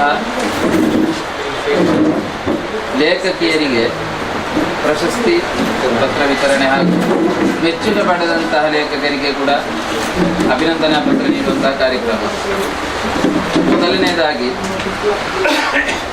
ಪ್ರಥಮ ಸ್ಥಾನ ಪಡೆದವರು ಮಿಸ್ರಿಯಾ ಐ ಫಜೀರ್ ಅವರಿಗೆ ಪ್ರಶಸ್ತಿ ಪತ್ರ ಹಾಗೂ ನಗದು ಬಹುಮಾನ ನೀಡಿ ಗೌರವ. ದ್ವಿತೀಯ ಬಹುಮಾನ ಪಡೆದಂತಹ ರಹಮತ್ ಪುತ್ತೂರ್ ಅವರಿಗೂ ಕೂಡ ಪ್ರಶಸ್ತಿ ಪತ್ರ ಹಾಗೂ ನಗದು ಬಹುಮಾನ ನೀಡಿ ಗೌರವ.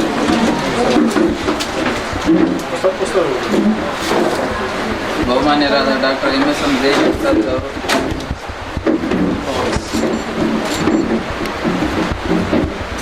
ತೃತೀಯ ಸ್ಥಾನ ಪಡೆದಂತಹ ರಮ್ಲತ್ ನಂತರಬೆಟ್ಟು ಇವರಿಗೆ ಬಹುಮಾನ್ಯರಾದ ಹಾಜಿ ಕಣಚೂರ್ ಅಬ್ದುಲ್ ರಹಮಾನ್.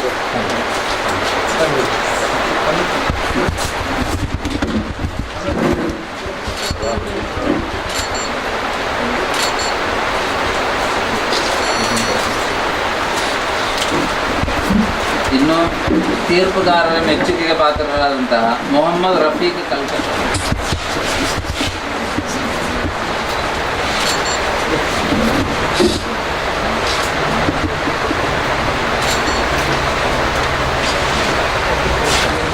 ಮೆಚ್ಚುಗೆಗೆ ಪಾತ್ರರಾದ ಸಾಜಿದಾ ಬೆಗುತ್ತೆ. ಸುಮಾರು 21 ವರ್ಷಗಳಿಂದ ಸತತವಾಗಿ ನಾನು ಪ್ರಯತ್ನ ಮಾಡ್ತಾ ಇದ್ದೇನೆ ಡಾಕ್ಟರೇಟ್ಗಾಗಿ. ನನ್ನ ತಂದೆ ಮರ್ಹೂಮ್ MS ಮುಸಂಸ್ಲಿಯಾ ನಾನೊಬ್ಬ ಉಸ್ತಾದ್ ಆಗಬೇಕು ಅಂತ ಬಯಸಿದವರಲ್ಲ. ನಾನೊಬ್ಬ ಅವರ ಮಕ್ಕಳ ಪೈಕಿ ಬೇರೆ ಯಾರನ್ನಾದರೂ ಉಸ್ತಾದ್ ಮಾಡ್ಬೋದು, ನನ್ನನ್ನು ಒಬ್ಬ ಜನರಲ್ ಮನುಷ್ಯನನ್ನಾಗಿ ಮಾಡಿ ಅವರ ಆರ್ಥಿಕವಾದ ಸಂಕಷ್ಟಕ್ಕೆ ಯಾವುದಾದ್ರೂ ಪರಿಹಾರ ದೊರಕಿಸಿಕೊಡುವ ಅನ್ನೋ ಉದ್ದೇಶದಲ್ಲಿದ್ದರು. ಆದರೆ ನಾನು ಏನಾದರೂ ಆಗಿ ಉಸ್ತಾದೇ ಆಗಬೇಕೆನ್ನುವಂಥ ನಿರ್ಧಾರದಲ್ಲಿದ್ದೆ. ಆಗ ನಾನು ಮಾಡಿದಂಥ ಒಂದು ನಿರ್ಧಾರವಾಗಿದ್ದು ಆಗುವುದಾದರೆ ಒಂದು ಸ್ವಲ್ಪ ಡಿಫ್ರೆಂಟ್ ಉಸ್ತಾದ್ ಆಗಬೇಕು. ಸಾಮಾನ್ಯರ ಜಾತಿಯಲ್ಲಿ ಒಂದು ಮದ್ರಸಾ ಅಧ್ಯಾಪಕ ಅಥವಾ ಖತೀಬು ಮುದರಿಸ್ ಆಗಬಾರ್ದು. ಒಬ್ಬ ಸ್ವಲ್ಪ ಎಕ್ಸ್ಟ್ರಾ ಆರ್ಡಿನರಿ ಆಗಿ ಒಬ್ಬ ಅಸಾಮಾನ್ಯ ಅಂತ ಹೇಳಲಿಕ್ಕೆ ಸಾಧ್ಯವಿಲ್ಲದಿದ್ದರೂ ಕೂಡ ಸ್ವಲ್ಪ ಡಿಫರೆನ್ಸ್ ಆದ ಮುಸ್ಲಿಂ ಆಗಬೇಕೆನ್ನೋ ಉದ್ದೇಶದಲ್ಲಿದೆ. ಅದಕ್ಕಾಗಿ ನಾನು ನಿರಂತರವಾಗಿ ಪರಿಶ್ರಮ ಪಡ್ತಾ ಇದ್ದೆ. ಉಜಿರೆ ಧರ್ಮಸ್ಥಳ ಮಂಜುನಾಥೇಶ್ವರ ಹೈಸ್ಕೂಲಲ್ಲಿ 9th ಸ್ಟ್ಯಾಂಡರ್ಡಲ್ಲಿ ವಿದ್ಯಾಭ್ಯಾಸ ಮೊಟಕಾಗಿತ್ತು. ನಂತರ SSLC ಕೂಡ ಹೋಗಲಿಕ್ಕೆ ಸಾಧ್ಯವಾಗಿರಲಿಲ್ಲ. ಆದರೆ ನಾನು ಸಖಾಫಿ ಆದ ನಂತರ 1996 ನಂತರ 7 ನಂತರ ಎಡಪದ ವೈ ಮೊಹಮ್ಮದ್ ಬ್ಯಾರಿ, ಈಗ ದಕ್ಷಿಣ ಕನ್ನಡ ಜಿಲ್ಲೆಯ ಮತ್ತು ಉಡುಪಿಯ ಅಲ್ಪಸಂಖ್ಯಾತ ಶಿಕ್ಷಣ ಸಂಸ್ಥೆಗಳ ಒಕ್ಕೂಟದ ಅಧ್ಯಕ್ಷರಾಗಿರುವ ವೈ ಮೊಹಮ್ಮದ್ ಬ್ಯಾರಿ ಎಡಪದವು ಅವರ ಮಾರ್ಗದರ್ಶನದಲ್ಲಿ ಅವರ ನಿರಂತರವಾದ ಪ್ರೋತ್ಸಾಹದ ಮೂಲಕ ನಾನು ನಷ್ಟವಾಗಿದ್ದ ಎಲ್ಲ ಎಜುಕೇಷನ್ ಒಂದೊಂದು ಹಂತವಾಗಿ ಮೇಲೆ ಬಂದು ಮೊದಲನೇದಾಗಿ ಅವರ ನಿರ್ದೇಶನ ಪ್ರಕಾರ ನಾನು ಸೋಷಿಯಾಲಜಿಯಲ್ಲಿ MA ಮಾಡಿದೆ. ಅದರಲ್ಲಿ ನಾವು ಪೂರ್ತಿ ಮಾಡಲಿಕ್ಕೆ ಆಗಲಿಲ್ಲ. ಕನ್ನಡ MA ಮಾಡಿದೆ, ಅದು ಕೂಡ ಪಾಸ್ ಆಗಲಿಲ್ಲ. ಅನಂತರ ನಾನು ಪೊಲಿಟಿಕಲ್ ಸೈನ್ಸ್ನಲ್ಲಿ MA ಮಾಡಿದೆ. ಪೊಲಿಟಿಕಲ್ ಸೈನ್ಸ್ MA ಮಾಡುವಾಗ ನನ್ನ ಉದ್ದೇಶ ಅಂತ ಹೇಳಿದರೆ ಇಸ್ಮಾಸ್ ಫಜೀರ್ ಅವರು ಹೇಳಿದಾಗೆ ಉಮರ್ ಬಿನ್ ಖತ್ತಾಬ್ ಅವರ ಬಗ್ಗೆ ರಿಸರ್ಚ್ ಮಾಡುವಾಗೆ ಇಸ್ಲಾಮಿಕ್ ಪೊಲಿಟಿಕಲ್ ಸೈನ್ಸ್ ಮತ್ತು ಉಮರುಲ್ ಫಾರೂಕ್ ರಲಿಯಲ್ಲಾಹು ಅವರ ವಿಶೇಷವಾದ ಆಡಳಿತ, ಅವರ ಆಡಳಿತದಲ್ಲಿ ತಂದಂಥ ಸುಧಾರಣೆಗಳ ಬಗ್ಗೆ ರಿಸರ್ಚ್ ಮಾಡೋದಕ್ಕಾಗಿ ಮೈಸೂರು ಯೂನಿವರ್ಸಿಟಿಯ ಡಾಕ್ಟರ್ ಮುಜಫರ್ ಅಸಾದಿ ಅವರನ್ನು ಸಂಪರ್ಕಿಸಿದೆ. ಅದು ಕೂಡ ಕೈಗೂಡಲಿಲ್ಲ. ಅನಂತರ ಬೇರೆ ಬೇರೆ ಯೂನಿವರ್ಸಿಟಿಗಳಲ್ಲಿ ಅದಕ್ಕೆ ಸಂಬಂಧಪಟ್ಟ HODಗಳನ್ನು ಪೊಲಿಟಿಕಲ್ ಸೈನ್ಸ್ HODಗಳನ್ನು ಸಂಪರ್ಕಿಸಿದೆ. ಯಾವುದೂ ಕೂಡ ಕೈಗೂಡಲಿಲ್ಲ. ಕೊನೆಯದಾಗಿ ಡಾಕ್ಟರ್ ಶಾಬರ್ ಪಾಷಾ ಅಂತ ಇದ್ದಾರೆ ಮಡಿಕೇರಿಯಲ್ಲಿ. ಅವರು ಹೇಳಿದರು, ಉಸ್ತಾದ್ ನಿಮಗೆ ಗೈಡ್ ಆಗಲಿಕ್ಕೆ ಮಾತ್ರ ನಾನು ಗೈಡಿಶಿಪ್ ತೆಗಿತೇನೆ, ನಿಮ್ಮ PhD ಕಂಪ್ಲೀಟ್ ಆದ ಮೇಲೆ ನಾನು ಗೈಡಿಶಿಪ್ ಕ್ಯಾನ್ಸಲ್ ಮಾಡ್ತೇನೆ ಅಂತ ಹೇಳಿದರು. ಅದೂ ಆಗಲಿಲ್ಲ. ಅನಂತರ ನಾನು ಸೈಕಾಲಜಿ ನನ್ನ ಬಹಳ ತುಂಬ ಇಷ್ಟದ ವಿಷಯ ಆಗಿತ್ತು. ಇಮಾಮ್ ಗಜಾಲಿ ಸೈಕಾಲಜಿಗೆ ಸಮರ್ಪಿಸಿದಂಥ ಕೊಡುಗೆಗಳನ್ನು ಪರಿಗಣಿಸಿದರೆ ಇಸ್ಲಾಮಿಕ್ ಸೈಕಾಲಜಿ ಅನ್ನೋ ಒಂದು ವಿಶೇಷವಾದ ಶಾಖೆಯನ್ನು ನಾವು ಪ್ರಾರಂಭ ಮಾಡಲಿಕ್ಕೆ ಸಾಧ್ಯ ಇದೆ. ಆದ್ದರಿಂದ ಆ ಬಗ್ಗೆ ಗಮನ ಕೊಟ್ಟು ಸೈಕಾಲಜಿಯ ವಿವಿಧ ಕೋರ್ಸ್ಗಳನ್ನು ಮಾಡಿ ಅದಕ್ಕೆ ಸಂಬಂಧಪಟ್ಟ ರಿಸರ್ಚ್ ಮಾಡುವುದಕ್ಕಾಗಿ Open University, International Open University for Complementary ಮೆಡಿಸಿನ್ಗೆ 2013ರಲ್ಲಿ ನಾನು ಜಾಯಿನ್ ಮಾಡಿ ರಿಸರ್ಚ್ಗಳನ್ನು ಮಾಡ್ತಾಯಿದ್ದೆ. ಯಾರಲ್ಲೂ ಏನೂ ಹೇಳಿರಲಿಲ್ಲ. ಯಾಕೆಂತ ಹೇಳಿದರೆ ಪೊಲಿಟಿಕಲ್ ಸೋಷಿಯಾಲಜಿ ಎಮ್ ಎಲ್ಲಿ ಉಂಟಾದ ಪರಾಭವ, ಕನ್ನಡ ಎಮ್ ಎಲ್ಲಿ ಉಂಟಾದ ಪರಾಭವ, ಬಹುಶಃ ರಿಸರ್ಚ್ಗಳು ಕೂಡ ಉಂಟಾದರೆ ಅದು ನಾಚಿಕೆಗೇಡಿನ ಸಂಗತಿ ಅಂತ ಭಾವಿಸಿ ಯಾರಿಗೇನು ಹೇಳೋದು ಬೇಡ, ದಿಸ್ ಈಸ್ ಎಕ್ಸೆಪ್ಟ್ ಆದರೆ ಮಾತ್ರ ಹೇಳುವ ಎಂಬ ದೃಷ್ಟಿಯಿಂದ ಅದನ್ನು ಹೈಡ್ ಮಾಡಿದೆ. ಅದಕ್ಕಾಗಿ ನಾನು ಸುಮಾರು 5 ವರ್ಷಗಳಲ್ಲಿ ವಿವಿಧ ಕೋರ್ಸ್ಗಳನ್ನು ಅಟೆಂಡ್ ಮಾಡುವುದಕ್ಕಾಗಿ ಮಾತ್ರ 7 ಲಕ್ಷ ರೂಪಾಯಿಗಳನ್ನು ಸಾಲ ಪಡೆದು ಖರ್ಚು ಮಾಡಿದ್ದೇನೆ. ಅನಂತರ ಅಲ್ಹಮ್ದುಲಿಲ್ಲಾ ಕಳೆದ 5-6 ತಿಂಗಳುಗಳ ಹಿಂದೆ ನನ್ನ ಥೀಸಿಸ್ ಆಕ್ಸೆಪ್ಟ್ ಆಯಿತು. ಅದರ ವೈವಾ, ಅದರ ಇನ್ನಿತರ ಎಕ್ಸಾಮ್ಗಳು ನಡೆಯಿತು. ನವೆಂಬರ್ 25ರಂದು ಅಲ್ಲಿ ಕೊಲಂಬೋದಲ್ಲಿ ಡಾಕ್ಟರೇಟ್ ಅವಾರ್ಡ್ ಆಯಿತು. ಇದರ ಮೂಲಕ ಅನೇಕರಿಗೆ ಮೋಟಿವೇಶನ್ ಆಗೋದಾದರೆ ಬಹಳ ಸಂತೋಷ ಅಂತೇಳಿ, ನಾನು ಏನಾದರೂ ಕಷ್ಟಪಟ್ಟು 21 ವರ್ಷಗಳ ಪ್ರಯತ್ನಗಳಿಂದ ಈ ಪದವಿಯನ್ನು ಪಡೆದಿದ್ದೇನೆ. ಆದರೆ ಯಾರಾದರೂ ನಾನು ಡಾಕ್ಟರ್ ಅಂತ ಅಭಿಸಂಬೋಧನೆ ಮಾಡುವಾಗ ನಾಚಿಕೆ ಆಗ್ತದೆ ಅಂತ ಒಂದು ಮನೋಭಾವ ನಂದು. ಯಾವ ಕಾರಣಕ್ಕೂ ಕೂಡ ನಾನು ಒಂದು ಗೌರವಿಸಲ್ಪಡಬಾರದು, ಅಭಿನಂದನೆ ಸ್ವೀಕರಿಸಬಾರದು ಅನ್ನುವ ಮನೋಭಾವ ಇರುವನು. ಆದರೂ ಕೂಡ ಇದರಿಂದ ಯಾರಿಗಾದರೂ ಪ್ರೇರಣೆ ಆಗುತ್ತದೆ. Man is action, there is no action without motivation ಅಂದರೆ ಮನುಷ್ಯ ಆ್ಯಕ್ಟಿವ್ ಆಗೋದಿಲ್ಲ. ಅದಕ್ಕಾಗಿ ನಾನು ಈ ಡಾಕ್ಟರೇಟ್ ಪದವಿ ಪಡೆದ ಪತ್ರಿಕೆಗಳಲ್ಲಿ ವಾರ್ತೆ ಬಂದ ನಂತರ ನೂರಾರು ಮುತಾಲಿಮರು ನನಗೆ ಮೆಸೇಜ್ ಮಾಡ್ತಾ ಇದ್ದಾರೆ, ನಮಗೂ ಡಾಕ್ಟರ್ ಆಗಬೇಕು ಅಂತ. ಅವರಿಗೆಲ್ಲದು ಮೋಟಿವೇಶನ್ ಆಗೋದಾದರೆ ಅದು ಅತ್ಯಂತ ದೊಡ್ಡ ಸಮಾಜ ಸುಧಾರಣೆ ನಾನು ಭಾವಿಸ್ತಾ ಇದ್ದೇನೆ. ಕ್ರಿಶ್ಚಿಯನ್ ಚರ್ಚೆಗೆ ಹೋದರೆ ಅಲ್ಲಿರುವ ಎಲ್ಲ ಫಾದರ್ಗಳು, PGಗಳು, PhDಗಳು, ಡಾಕ್ಟರ್ಗಳು, ಅವರ ಮೇಲೆ ಸಮುದಾಯಕ್ಕೆ ತುಂಬ ಗೌರವ ಇದೆ. ಆದರೆ ನಮ್ಮ ಉಸ್ತಾದಗಳು ವಿದ್ಯಾಭ್ಯಾಸ ಇರ್ತದೆ, ಅವರಿಗೆ 10 ವರ್ಷ ಕಲಿತಿರ್ತಾರೆ. ಅನಂತರ ಆದರೆ ಆ ಮಸೀದಿಗಳಲ್ಲಿ ಅವರು ಧಾರ್ಮಿಕ ವಿದ್ಯಾಭ್ಯಾಸ ಮಾತ್ರ ಹೇಳಿದ ಕಾರಣಗಳಿಂದ ಅವರಿಗೆ ಲೌಕಿಕವಾದ ಸಂಬಂಧ ಇಲ್ಲ ಅಂತೇಳಿ ಅವರನ್ನು ಜನರು ಗೌರವಿಸದ ಒಂದು ಸ್ಥಿತಿ ಬರ್ತಾ ಇದೆ. ನಾನು MA ಮಾಡಿದಾಗ ಅನೇಕರು ಹೇಳ್ತಾ ಇದ್ರು, ಈ ಉಸ್ತಾದ್ ಮಾತ್ರ ಅವರಿಗೆ ಎಜುಕೇಷನ್ಗಳಿದೆ ಅಂತ ಹೇಳ್ತಾ ಇದ್ರು. ಅಂದರೆ ಧಾರ್ಮಿಕ ವಿದ್ಯಾಭ್ಯಾಸವನ್ನು ಎಜುಕೇಷನ್ ಪಟ್ಟಿಯಲ್ಲಿ ಸೇರಿಸಲಿಕ್ಕೆ ಸಮಾಜ ಸಿದ್ಧ ಇಲ್ಲ. ಆದ್ದರಿಂದ ಇವತ್ತು ಈ ಡಾಕ್ಟರೇಟ್ ಪದವಿ ಆದ ಮೇಲೆ ಅನೇಕರಿಗೆ ಅದೊಂದು ಪ್ರೇರಣೆ ಆಗುವುದಾದರೆ ತುಂಬ ಸಂತೋಷ ಅಂತ ಹೇಳಿಕೆ ನಾನು ಬಯಸ್ತಾ ಇದ್ದೇನೆ. ಇಸ್ಮತ್ ಅವರು ಹೇಳಿದ ಅನೇಕ ವಿಚಾರಗಳು, ಬಹಳ ಉಲ್ಲೇಖಾರ್ಹವಾದ ವಿಚಾರಗಳು. ಧರ್ಮಸ್ಥಳದ ಲಕ್ಷದೀಪೋತ್ಸವದ ಒಂದು ದೊಡ್ಡ ಸೌಹಾರ್ದ ಸಮ್ಮೇಳನದಲ್ಲಿ ಡಾಕ್ಟರ್ APJ ಅಬ್ದುಲ್ ಕಲಾಂ ಭಾಷಣ ಮಾಡುವಾಗ ಇದೇ ಮಾತನ್ನು ಹೇಳಿದರು. ನೀವು ಹೇಳಿದ ಕೆಲವು ಬರ ಎಲ್ಲ ಎಂದೊಮ್ಮ ಚೊನ್ನಾರೆ ಕಳ್ಳಂದೆ ಕೈಯಲ್ಲಿ ಪೊನ್ನು ಕೊಡುತ್ತವರು. ಅವರು ವಿದ್ಯಾರ್ಥಿಗಳಿಗೆ ಭಾಷಣ ಮಾಡುವಾಗ ಸ್ಟೂಡೆಂಟ್ಸ್ ಅಂತ ಕರೆದು ಅವ್ರು ಹೇಳ್ತಾ ಇದ್ರು, ನಾನು ಶೇಖ್ ಅಬ್ದುಲ್ ಖಾದರ್ ಅವರ ಚರಿತ್ರೆಯನ್ನು ಹೇಳ್ತಾ ಇದ್ದೇನೆ ನನಗೆ ಅಂತೇಳಿ. ಮೈದಿಮಾಲ ಈ ವಚನವನ್ನು, ಈ ವಾಕ್ಯವನ್ನು ಉಚ್ಚಾರ ಮಾಡಿದ್ರು ಕೂಡ ಅವರು ಈ ಆಶಯವನ್ನು ಹೇಳಿದರು. ಆದ್ದರಿಂದ ನಮ್ಮ ಸೂಫಿ ಸಾಹಿತ್ಯಗಳಲ್ಲಿ, ನಮ್ಮ ಮಹಾತ್ಮರ ಜೀವನದ ಮಾರ್ಗದರ್ಶನದಲ್ಲಿ ಯಾವುದೆಲ್ಲ ತತ್ವಾದರ್ಶಗಳಿವೆ ಅವನ್ನು ಈ ಸಮಾಜಕ್ಕೆ ತಲುಪಿಸುವಂಥ ಕೆಲಸಗಳನ್ನು ಖಂಡಿತ ಮಾಡಲಿಕ್ಕೆ ನಮಗೆ ಸಾಧ್ಯವಾದರೆ ಅದು ಸಮಾಜಕ್ಕೆ ನಾವು ಸಲ್ಲಿಸುವ ಶ್ರೇಷ್ಠವಾದ ಒಂದು ಕೊಡುಗೆ ಎನ್ನುವ ಮಾತನ್ನು ಈ ಸಂದರ್ಭದಲ್ಲಿ ನೆನಪಿಸ್ತಾ ಇದ್ದೇನೆ. ನಾನು ಹೆಚ್ಚಾಗಿ ಮಾತನಾಡಲಿಕ್ಕೆ ಸಂದರ್ಭದಲ್ಲಿ ಬಯಸುವುದಿಲ್ಲ. ಈ ನಮ್ಮ ಕಣಚೂರ್ ಅಬ್ದುಲ್ ರಹಮಾನ್ ಅವರ ಮತ್ತು ನಮ್ಮ ಸಂಬಂಧ ಅಂತ ಹೇಳಿದ್ರು ಬಹಳ ವರ್ಷಗಳ ಹಿಂದಿನ ಸಂಬಂಧ. ನನ್ನ ತಂದೆ ಮರ್ಹೂಮ್ MS ಮುಸಲಿಯಾರ್ ಅವರು ಮೂಡಿಗೆರೆಯಲ್ಲಿ 18 ವರ್ಷಗಳ ಕಾಲ ಮದರಿಸಾಗಿ ಖಿದ್ಮತ್ ಮಾಡ್ತಾಯಿದ್ರು, ಸೇವೆ ಮಾಡ್ತಾಯಿದ್ರು. ಆ ಸಂದರ್ಭಗಳೆಲ್ಲ ಮೋನಾಕನವರು ನಮ್ಮ ತಂದೆಯ ಮಸೀದಿಗೆ ಬರ್ತಾಯಿದ್ರು. ನಾವು ಒಟ್ಟಿಗೆ ಕೂತ್ಕೊಂಡು ಊಟ ಮಾಡ್ತಾ ಇದ್ದೆವು. ಅವರ ಬುಲೆಟ್ನಲ್ಲಿ ತಂದೆ ಮನೆಗೆ ಬರ್ತಾಯಿದ್ರು. ನನ್ನ ಮನೆ ಚಾರ್ಮಾಡಿ ಘಟನೆ ಕೆಳಗಿತ್ತು, ಕಕ್ಕಿಂಜೆಯಲ್ಲಿ, ಈಗ ತಲಪಾಡಿಯಲ್ಲಿದೆ. ಒಂದು ಸಂದರ್ಭದಲ್ಲಿ ಕಣಚೂರು ಮೋನಾಕ ಮತ್ತು ನನ್ನ ತಂದೆ ಘಾಟಿಯಲ್ಲಿ ಬರುವಾಗ ಬಿದ್ದಿದ್ರು, ಬೈಕಲ್ಲಿ ಪಲ್ಟಿಯಾಗಿದ್ದರು, ಇಡೀ ಗಾಯ ಆಗಿತ್ತು. ಆ ರೀತಿ ಅವರ ಸಂಬಂಧ ಬಹಳ ಮುಖ್ಯವಾಗಿತ್ತು. ಈಗಲೂ ಕೂಡ ಕಣಚೂರು ಮೋನಾಕ ನನ್ನ ತಂದೆಯ ಬಗ್ಗೆ ಮಾತನಾಡುವಾಗ ಅವರು ಭಾವೋದ್ವೇಗಕ್ಕೆ ಒಳಗಾಗ್ತಾರೆ. ಅಷ್ಟೊಂದು ಸಂಬಂಧ ಅವರಲ್ಲಿ. ಅಲ್ಹಮ್ದುಲಿಲ್ಲಾ ಮನ್ಸೂರ್ದಾಸರನ್ನು ನಾವು ಪ್ರಾರಂಭ ಮಾಡಿದ ವಾಯ್ಸ್ ಆಫ್ ಕುರಾನ್, ಬಹುಶಃ ಅದರ ನಾವು ಮುಂದುವರಿದಿದ್ದರೆ ಇವತ್ತು ದೊಡ್ಡ ಮಟ್ಟದ ಕುರಾನ್ ಆಂದೋಲನವಾಗಿ ಮಂಗಳೂರಲ್ಲಿ ಮಾತಾಡ್ತಾ ಇತ್ತು. ಅದಕ್ಕೂ ಕೂಡ ಅಲ್ಲಾಹನ ವಿಧಿ ಇರಲಿಲ್ಲ. ಅದು ನಾವು ವಾಯ್ಸ್ ಆಫ್ ಕುರಾನ್ ಅನೇಕ ಕ್ಲಾಸ್ಗಳನ್ನು ಸಂಘಟಿಸಿದ ಕಟ್ಟಾಗಿ ಹೋಗಿದೆ. ಇನ್ಶಾ ಅಲ್ಲಾಹ್ ಆದರೂ ಕೂಡ 2 ಯುವ ನಾಯಕರುಗಳು ಈಗಾಗಲೇ ತಿಳಿಸಿದ ಹಾಗೆ ನಮ್ಮ ಈ ನಾಡಿನ ಅತ್ಯಂತ ದೊಡ್ಡ ಬಿಸ್ನೆಸ್ ಐಕನ್ಗಳು ಇವತ್ತು ಕೇವಲ ಬಿಸ್ನೆಸ್ ಮಾತ್ರ ಅಲ್ಲ, ಧಾರ್ಮಿಕ ಸಾಮಾಜಿಕ ಕ್ಷೇತ್ರಗಳಲ್ಲೂ ಕೂಡ ತಮ್ಮನ್ನು ತೊಡಗಿಸಿಕೊಂಡಿದ್ದಾರೆ. ಉತ್ತಮವಾದ ರೀತಿಯಲ್ಲಿ ಯುವ ಜನರಿಗೆ ಮಾದರಿಯಾಗಿದ್ದಾರೆ. DI ಅವರ ಮದನಗಿಯಲ್ಲಿ ನಾನು ಒಂದು 2 ವರ್ಷಗಳ ಕಾಲ ಸಂಪಾದಕನಾಗಿದ್ದೆ. ಅನಂತರ ನನಗೆ ಮುಂದುವರಿಸಲಿಕ್ಕೆ ಸಾಧ್ಯ ಆಗಲಿಲ್ಲ. ಅವರು ನಿರಂತರವಾಗಿ ಬರೀಬೇಕಂತ ಪ್ರೋತ್ಸಾಹ ಕೊಡ್ತಾ ಇದ್ರು. ಬರೀಲಿಕ್ಕೆ ಆಗಲಿಲ್ಲ.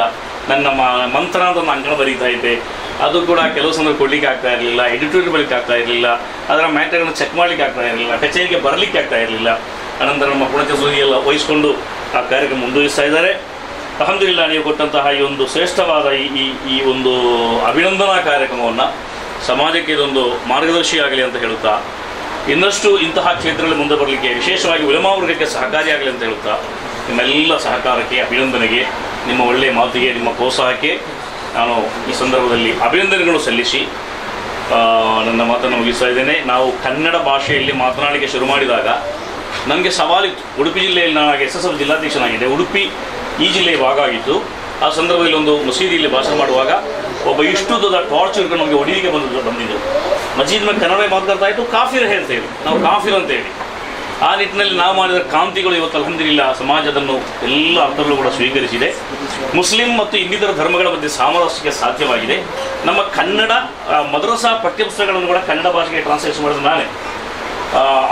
ಅರಬ್ಬಿ ಮಲಯಾಳಂತಹ ಮದ್ರಸಾ ಟೆಕ್ಸ್ಟ್ ಬುಕ್ಗಳನ್ನು ಅಲ್ಹಮ್ದುಲಿಲ್ಲಾ 11 ತಿಂಗಳ ಪರೀಕ್ಷೆ ನಾನೇ ಟ್ರಾನ್ಸ್ಲೇಟ್ ಮಾಡಿದ್ದು. ಆ ಮೂಲಕ ಈ ನಾಡಿನ ಸರ್ವಜನರ ಮಧ್ಯೆ ಸಾಮರಸ್ಯವನ್ನು ಸ್ಥಾಪನೆ ಮಾಡಲಿಕ್ಕೆ ಈ ಎಲ್ಲ ಕಾರ್ಯಕ್ರಮಗಳು ಸಹಕಾರಿಯಾಗಿದ್ದರೆ ಅದು ಅಲ್ಲಾಹು ಕೊಟ್ಟದೊಬ್ಬ ತೌಫೀಕ್ ಅಂತ ಭಾವಿಸುವ. ಅಲ್ಲಾಹು ಇನ್ನಷ್ಟು ಧರ್ಮ ಸಮಾಜ ಸೇವೆ ಮಾಡಲಿಕ್ಕೆ ತೌಫೀಕ್ ಕೊಡಲಿ ಅಂತ ಈ ಸಂದರ್ಭದಲ್ಲಿ ನಾನು ಪ್ರಾರ್ಥಿಸುತ್ತಾ, ನಿಮ್ಮ ಸಹಕಾರಕ್ಕೆ ನಿಮ್ಮ ಪ್ರೋತ್ಸಾಹಕ್ಕೆ ಧನ್ಯವಾದ ಸಲ್ಲಿಸುತ್ತಾ, ನಾಳೆ ಬೆಳಗ್ಗೆ 10 ಗಂಟೆಯಿಂದ ರಾತ್ರಿ 10 ಗಂಟೆಯ ತನಕ ನೆಹರು ಮೈದಾನದಲ್ಲಿ ಕನೆಕ್ಟ್ 2018 ಕಾರ್ಯಕ್ರಮ ಇದೆ. ಶೇಖುನಾ ಕಾಂದಬರಂ ಎ ಪಿ ಮುಸ್ಲಿಯಾರ್ ನನ್ನ ಎಲ್ಲ ಬೆಳವಣಿಗೆಗಳ ಹಿಂದಿರುವ ಅತ್ಯಂತ ದೊಡ್ಡ ಚಾಲಕ ಶಕ್ತಿ. ನಾನು ಡಾಕ್ಟರೇಟ್ ಆಗಲಿಕ್ಕೆ ಹೋಗುವಾಗ ಉಸ್ತಾದಿಗೆ ಹೇಳಿದ್ದೆ. ಅನಂತರ ಅವರೇ ಫೋನ್ ಮಾಡಿ ಕೇಳಿದ್ರು, ದತ್ತೂರ ಆಯಾ ಅಂತ ಕೇಳಿದರು. ಅರಬಿಯಲ್ಲಿ ದತ್ತೂರ ಅಂತ ಹೇಳ್ತಾರೆ. ಬಹಳ ಸಂತೋಷ ಆಯಿತು. ಒಂದು 5-6 ಬಾರಿ ಅಲ್ಹಮ್ದುಲಿಲ್ಲಾ ಅಲ್ಹಮ್ದುಲಿಲ್ಲಾ ಅಲ್ಹಮ್ದುಲಿಲ್ಲಾ ಅಂತ ಹೇಳಿದರು. ತಕಾಫಿಗಳು ಎ ಪಿ ಉಸ್ತಾದರ ಶಿಷ್ಯಂದರಲ್ಲಿ ಎಷ್ಟೋ ಮಂದಿ ಡಾಕ್ಟರ್ ಆಗಿದ್ದಾರೆ. ಅವರ ನಿರಂತರವಾದ ಪ್ರೋತ್ಸಾಹ ಬೆಂಬಲ ಅದಕ್ಕಿದೆ. ಈ ನಿಟ್ಟಿನಲ್ಲಿ ಉಸ್ತಾದಗಳು ಕೂಡ ಈ ಸಂದರ್ಭದಲ್ಲಿ ವಿಶೇಷವಾದ ಧನ್ಯವಾದಕ್ಕೆ ಅರ್ಹರು ಅನ್ನೋ ಮಾತನ್ನು ಈ ಸಂದರ್ಭದಲ್ಲಿ ಹೇಳುತ್ತಾ ಎಲ್ಲರಿಗೂ ಮತ್ತೊಮ್ಮೆ ಕೃತಜ್ಞತೆ ಸಲ್ಲಿಸುತ್ತಾ ಅಸ್ಸಲಾಮು ಅಲೈಕುಂ ವರಹಮತುಲ್ಲಾಹಿ ವಬರಕಾತುಹು. ಒಂದು ಪುಸ್ತಕ ಭಾಷಣ ಮತ್ತು ಬದುಕು ಅಂತೇಳಿ ಆ ಪುಸ್ತಕವನ್ನು ಅವರು ಹೊರತರಲು ತುಂಬ ಆಸೆ ಉಂಟು ಅವರಿಗೆ. ನಮ್ಮ ಇಬ್ಬರು ಸಮಾಜದ 2 ಕಣ್ಣುಗಳಿದ್ದಾರೆ. ಸ್ವಲ್ಪ ಅವರಿಗೆ ಪ್ರೋತ್ಸಾಹ ನೀಡಿದರೆ ಆ ಪುಸ್ತಕ ಬರ್ಬೋದು ಅಂತ ನಾನು ಆಶಿಸ್ತಾ ಇದ್ದೇನೆ. ಆ ಪುಸ್ತಕ ಬಂದರೆ ಅದರಲ್ಲಿ ತುಂಬ ಪ್ರಯೋಜನ ಸಿಗ್ಬೋದು. ಎಲ್ಲ ಸ್ನೇಹಿತರೆ, ನೀವೆಲ್ಲರೂ ಕೂಡ ಈ ಒಂದು ಕಾರ್ಯಕ್ರಮದ ಮೂಲಕ ಒಂದು ರೀತಿಯ ವಿಶಿಷ್ಟವಾದಂತಹ ಅನುಭವವನ್ನು ಪಡೆದಿದ್ದೀವಿ. ಬಹುಮಾನ್ಯರಾದ ಕಣಚೂರು ಅಬ್ದುಲ್ ರಹಮಾನ್ ಅಜಿಯವರು, ಮನ್ಸೂರ್ ಅಹಮದ್ ಆಜಾದ್ರವರು, ಡಿ ಅಬೂಕರ್ ಕೈರಂಗಳವರು, ಇಸ್ಮತ್ ಫಜೀರ್ ಅವರು ನಿಮ್ಮನ್ನು ಬಹಳಷ್ಟು ಮನೋಜ್ಞವಾದ ರೀತಿಯಲ್ಲಿ ಕೆಲವೊಂದು ವಿಷಯಗಳತ್ತ ನಿಮ್ಮ ಮನಸ್ಸನ್ನು ಹೊರಳಿಸಿ ನಿಮ್ಮಲ್ಲಿ ವಿಶಿಷ್ಟವಾದಂತಹ ಚಿಂತನೆಗಳನ್ನು ಮೂಡಿಸಿದ್ದಾರೆ. ಅವರೆಲ್ಲರಿಗೂ ಕೂಡ ನಾನು ಪ್ರತ್ಯೇಕವಾಗಿ ಕೃತಜ್ಞತೆಗಳನ್ನು ಹೇಳದೆ ಈ ಸೇರಿರುವ ನಿಮಗೆಲ್ಲರಿಗೂ ಕೂಡ ವಿಶೇಷವಾದಂತಹ ಕೃತಜ್ಞತೆ ಮದರಂಗಿ ಪತ್ರಿಕೆ ವತಿಯಿಂದ ಸಲ್ಲಿಸ್ತಾ ಇದ್ದೇನೆ. ಡಿ ಎ ಅಬೂಕರ್ ಕೈರಂಗಳವರು ಸ್ಮರಣಿಕೆ ನೀಡ್ತಾ ಇದ್ದೇನೆ.